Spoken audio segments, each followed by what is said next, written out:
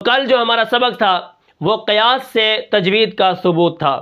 اس کے اندر میں نے آپ کو 3 دلائل دیے تھے اور یہ واضح کیا تھا کہ قیاس سے تجوید کا ثبوت ثابت ہے.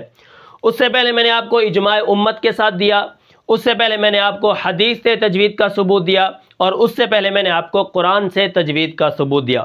اور آج جو ہمارا سبق ہے وہ ہے فقہ سے تجوید کا ثبوت. تو یہاں پر صرف ایک ہی دلیل ہے، وہ یہ ہے کہ فقہائے کرام نے بھی لکھا ہے کہ قرآن مجید تجوید سے پڑھنا واجب ہے. قرآن مجید کیا ہے؟ تجوید سے پڑھنا واجب اور نہایت ہی ضروری ہے، کیونکہ غلط پڑھنے سے معنی بعض دفعہ اس حد تک بدل جاتا ہے، کہ نماز فاسد ہو جاتی ہے. ٹھیک ہے، تجوید کے ساتھ قرآن پڑھنا کیا ہے؟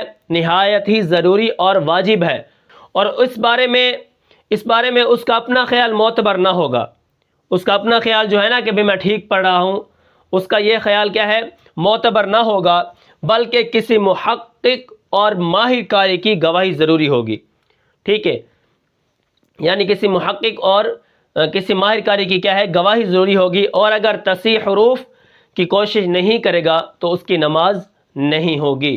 یہ ایک دلیل ہے فقہ کے اندر. ٹھیک ہے، تو جیسا کہ آپ کو معلوم ہے کہ علامہ جزری نے بھی یہ فتویٰ دیا ہے کہ اگر کوئی شخص تجوید کے خلاف قرآن مجید پڑھ رہا ہے اور آپ نے یہ قسم اٹھا لی کہ وہ قرآن مجید صحیح نہیں پڑھ رہا، یعنی وہ قرآن مجید کی تلاوت نہیں کر رہا، تو یہ اس کی جو قسم ہے وہ جھوٹی نہیں ہوگی، کیونکہ جو تجوید کے خلاف قرآن پڑھتا ہے سمجھو وہ قرآن کی تلاوت نہیں کر رہا.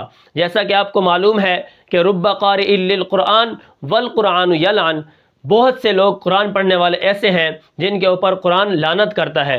ان میں سے ایک وہ بھی ہے جو کیا ہے؟ قرآن مجید کو تجوید کے خلاف یعنی غلط سلط پڑھتا ہے.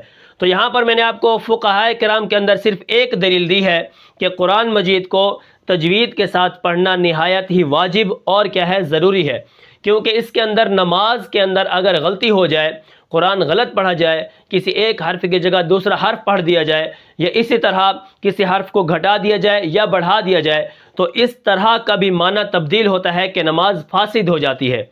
اور اس بارے میں اس کا اپنا خیال معتبر نہیں ہوگا، کسی محقق اور قاری کی کیا ہے؟ گواہی ضروری ہوگی.